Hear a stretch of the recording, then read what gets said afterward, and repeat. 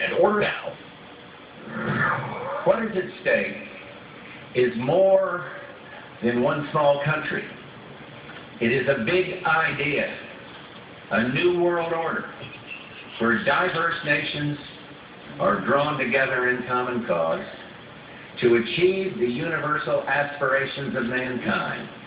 That was President George H.W. Bush using the first Persian Gulf War as a stepping stone for a new world order. But that threat is still persistent today. The U.S. State Department, the Federal Reserve, even the EPA are spending billions of dollars overseas, and many economic and political decisions made in the United States just don't benefit us. They benefit a would-be one-world government. Joining us now is Jack Hunter, columnist for the American Conservative. Jack, this idea has been around for a long time, but it feels like we're getting closer and closer to the realization.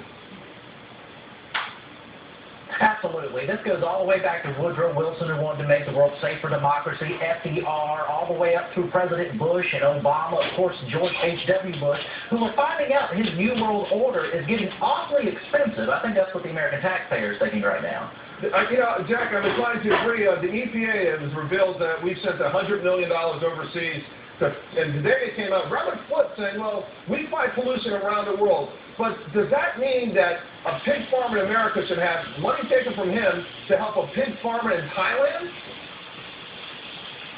Absolutely not. And I would go a step further. Why are American citizens having to answer to international institutions and to obey what people who are outside of our Constitution and our government and political traditions, they should be telling American citizens what to do. Let me give you an example of that sort of overreach, that loss of sovereignty we see so often.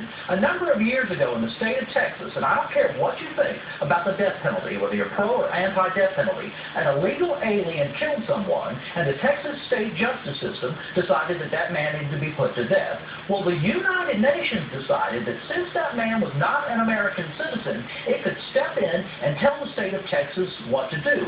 Who sided with the United Nations? You got it, George W. Bush. That's the road we're heading down. We need to have a U.S. Constitution, not a UN Constitution. The loss of sovereignty is something very serious, and we need to keep an eye on it. Well, it would seem to me maybe go beyond keeping an eye on it. Just think, here recently, and I want your opinion, it feels to me that we got involved in Libya to help out Europe in some kind of way. Just a week ago, the International Energy Agency says we want to release 60 million barrels of oil. Well, guess what 30 million is coming from? America. Decision after decision after decision seems like it's not only being made to benefit a global world, but it's actually being sort of initiated from outside of this country. Well, that's exactly right. You hear a lot of people on the Republican side, I don't care if it's Marco Rubio in the Senate, Tim Pawlenty here recently running for president, who like to talk about American exceptionalism. Now, when they talk about that, you can assume what we're doing in Libya or around the world is in our interest. Well, guess what? Often it is not. It's for the interests of other nations. It's for the interests of global elites. I don't care if they're corporate or government forms. It's in the interest of everybody but the American taxpayer who sends their sons and daughters off to fight these wars and foots the bill with their own money when we are out of money. It makes no sense whatsoever. And those who pretend that we're patriotic, I'm looking at the Republican side there, your Tim Pawlenty's, perhaps the Rick Santorum, who think it's patriotic for us to be in Libya when 72% of Americans, according to some polls, say that they have no idea why we're there. We shouldn't be doing this so much around the world. Who is our government serving? Us or global elites? It's a good question. Jack, real quickly, because of the programs like this and just the fiscal conditions that we're in, it feels like there's a greater sense of urgency to get to that one world government. Do you feel like the Obama administration may actually be hitting the gas rather than the brake pedal when it comes to this?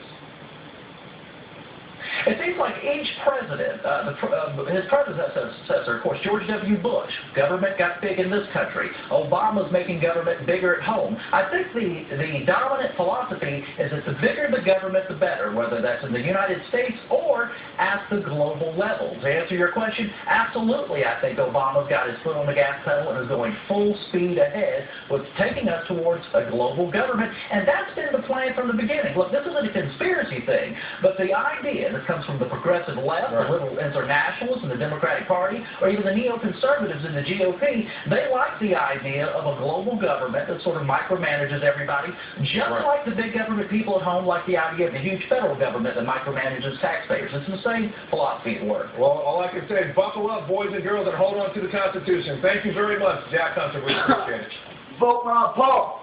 So, who's the best?